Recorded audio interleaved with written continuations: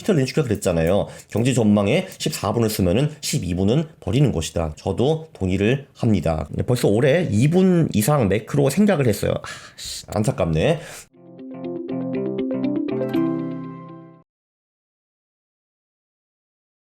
Yeah.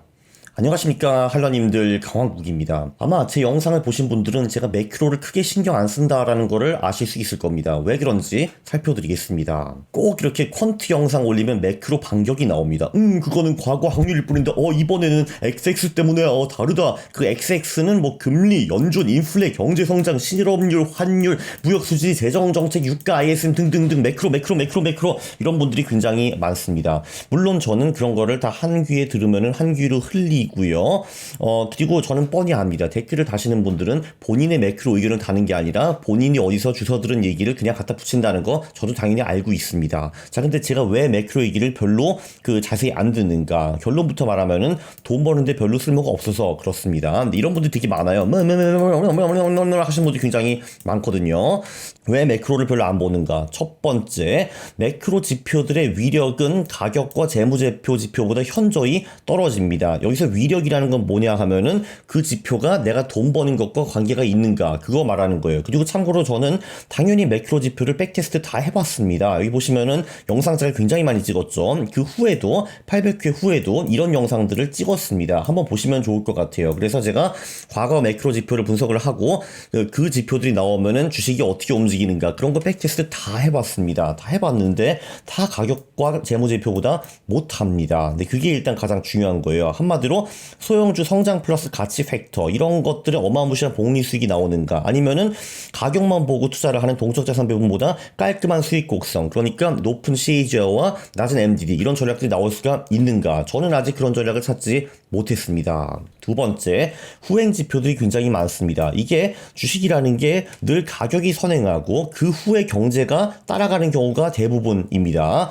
네, 정말 중요한 게 다시 한번 말씀드릴게요. 가격이 먼저 움직이고 그 후에 경제가 따릅니다. 대부분 투자자들은 이거를 반대로 착각하는 경우가 굉장히 많습니다. 그러나 팩트는 주가 지수가 경제를 6에서 9개월 선행한다라는 겁니다. 저도 솔직히 경제 예측하는 것이 굉장히 쉽다라고 봅니다. 왜냐하면은 지금 작년엔 주식이 빡빡 떨어졌거든요. 그리고 10월에 저점을 찍었습니다. 그렇기 때문에 작년 10월까지 주가가 신나게 빠졌기 때문에 거기서 6개월을 더하면은 2023년 4월, 9개월을 더하면은 2023년 7월이 되거든요. 그래서 이 언저리에 경제가 바닥을 칠 거라고 저는 생각을 합니다. 그리고 그 후부터 서서히 좋아질 거라고 생각을 합니다. 근데 지금 예를 들면은 빅테크 쪽에서 막 사람들을 자른다라고 하거든요. 야, 경제가 이렇게 안 좋아지고 사람이 잘리는데 주식이 올라갈 수 있겠어? 하는데, 그렇게 사람이 잘리고 경제가 안 좋아지는 게 이미 6에서 9개월 전에 주가가 반영을 한다, 이겁니다. 이게 중요한 거예요. 그래서 후행 지표들이 굉장히 많다라는 겁니다. 그래서 가격이 먼저 움직이고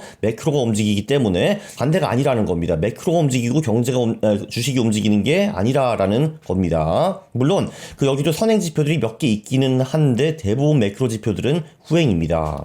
세 번째, 사례가 적은 경우가 많습니다. 이게 무슨 말이냐 하면은, 예를 들면 제가 776번, 860번 영상에서 금리가 상승하고 하락하면 주식은 어떻게 움직이는가, 물가가 상승하고 하락하면은 주가가 어떻게 움직이는가, 환율이 상승하고 하락하면 어떻게 움직이는가, 이런 영상들을 제가 좀 찍었어요. 근데 이런 사례들이 의외로 많지 않습니다. 예를 들면은 미국에서 금리 상승과 하락기, 이게 2차 세계대전 후에 다 합쳐봤자 10번이 될까 말까 뭐 이 정도거든요. 50년 넘는 구간에 2차 세계대전 후에 금리가 상승하는 기간, 하락하는 기간이 그렇게 많지가 않습니다. 그리고 요 860번 영상에 보면은 이 달러 1250원 환율 전략이 나오잖아요.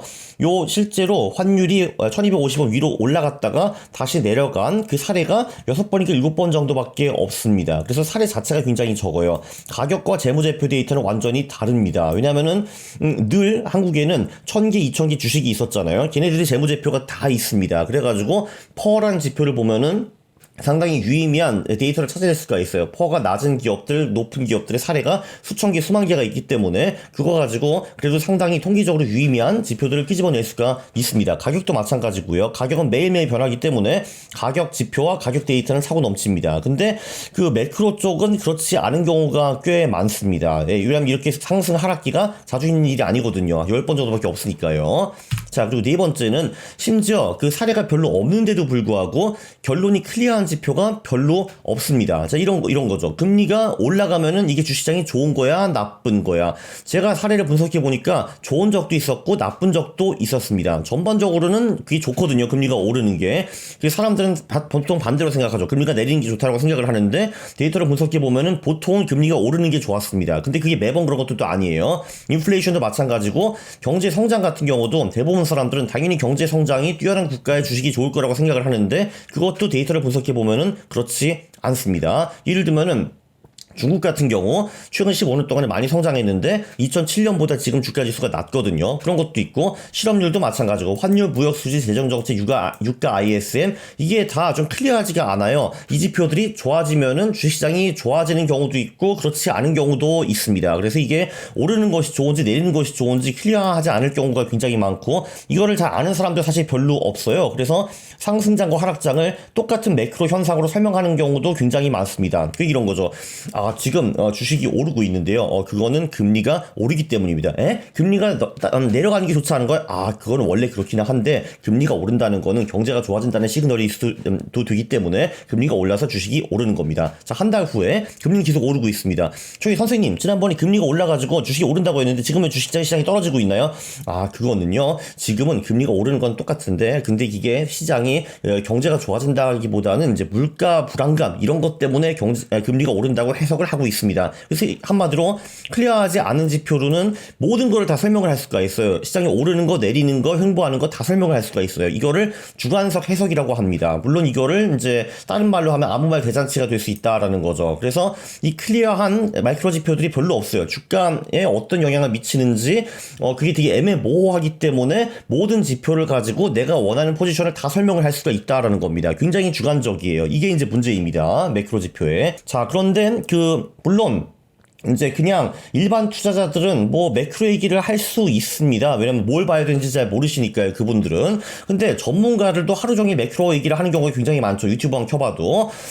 네, 이제 당연히 또 시니컬한 얘기가 나옵니다. 첫 번째, 왜 전문가들은 매크로 얘기를 하는가? 있어 보이니까. 뭔가 본인이 세계 경제를 좌지우지한다는 우월감이 이렇게 생기잖아요. 물론 좌지우지한다는 건 아무것도 없고 그냥 말밖에 하는 게 없기는 하지만 그래도 내가 뭐 세계 경제를 이해하고 여기가 금리가 어쩌고 환율이 어쩌고 미국이 어쩌고 중국이 어쩌고 이런 거 있잖아요.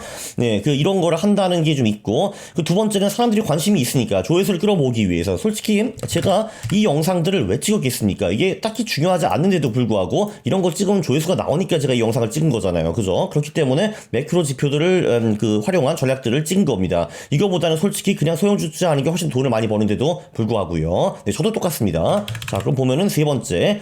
클리어한 지표가 없기 때문에 본인이 포지션을 일단 정했어요. 예를 들면 내 필은 주식시장이 오를 것 같아. 그러면은 거기에 적절한 매크로 지표를 아무거나 갖다 붙여가지고 주식시장이 오른다는 거 설명하기가 굉장히 유용합니다. 왜냐하면 조금 전에 보셨겠지만 금리가 오른다 또는 내린다는 그거를 상승장과 하락장을 설명하는데 똑같이 사용할 수 있습니다. 금리가 오른다는 거 가지고 상승장을 설명할 수도 있고 금리가 오른다는 거 가지고 하락장을 설명할 수도 있거든요. 그래서 이제 본인이 포지션을 정하면은 대충 거기에 맞는 매크로 지표를 껴붙일 수가 있고요. 그리고 또 반대로 내가 아무 아이디어가 없어요. 시장이 오를지 내릴지 전혀 모르겠어. 그러면은 그 매크로 지표 가지고 요 지표들을 보면 시장이 오를 수도 있을 것 같은데요. 요 지표들을 보면 시장이 내릴 수도 있을 것 같습니다. 그래서 이 지표들을 예의주시하시면서 잘 유심히 관찰을 하셔야 됩니다. 이렇게 또 이제 그 방송을 찍을 수가 있거든요. 그래서 매크로를 이제 보는 거를 좋아하시는 경우가 굉장히 많아요. 이 소위 전문가들이. 제가 말하는 건 이겁니다. 지표 딱 하나로서 주식의 수익률을 뚜렷하게 설명할 수 없는 지표는 경계하라라고 말씀드립니다. 이게 무슨 말이냐면은 시가총액 같은 지표는요. 10분위 결과를 내보면은 하위 10%가 수익이 월등히 높고 상위 10%가 수익이 월등히 떨어집니다. 그러니까 시가총액 같은 지표는 이 지표 하나만으로도 주가 수익이 설명이 됩니다. 시가총액이 낮으면은 그 기업은 수익이 높을 가능성이 굉장히 높다. 반대로 시가총액이 높은 대형주는 주식 수익이 별 볼 일 없을 가능성이 높다. 이거 지표 하나로도 설명이 가능하거든요. 퍼도 마찬가지입니다. 저퍼 주식들은 전반적으로 수익이 굉장히 높다. 고퍼 주식들은 전반적으로 수익이 굉장히 낮다라는 걸 설명을 할 수가 있는데 그런데 매크로 지표는 그게 잘 안 됩니다. 금리가 높으면은 이게 주식시장에 좋은 거야 나쁜 거야 애매모호합니다. 저는 대부분의 매크로 지표들은 투자에 방해가 되는 노이즈라고 생각을 하기 때문에 그런 지표들을 들어도 한 귀로 흘리려고 굉장히 많이 노력을 합니다. 네,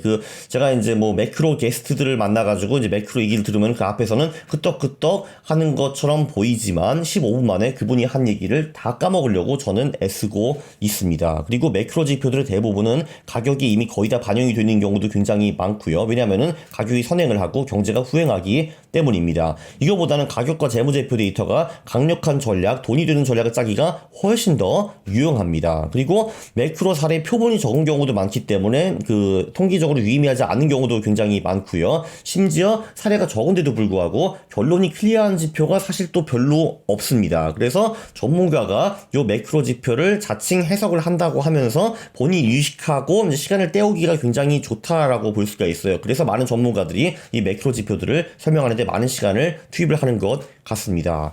이번 영상도 제가 보기에는 상당히 유익했고요. 매크로 지표 덜 보셔도 됩니다. 피터 린츠가 그랬잖아요. 경제 전망에 14분을 쓰면은 12분은 버리는 것이다. 진짜 그렇다고 믿는다 라고 말씀하셨는데 저도 동의를 합니다. 그래, 저도 사실 벌써 올해 2분 이상 매크로 생각을 했어요. 네, 그렇습니다. 안타깝네. 네, 어쨌든 이 영상 굉장히 유익했기 때문에 구독 그리고 좋아요 부탁드리겠습니다. 싫어를 누르시면 제가 매우 싫어합니다. 감사합니다.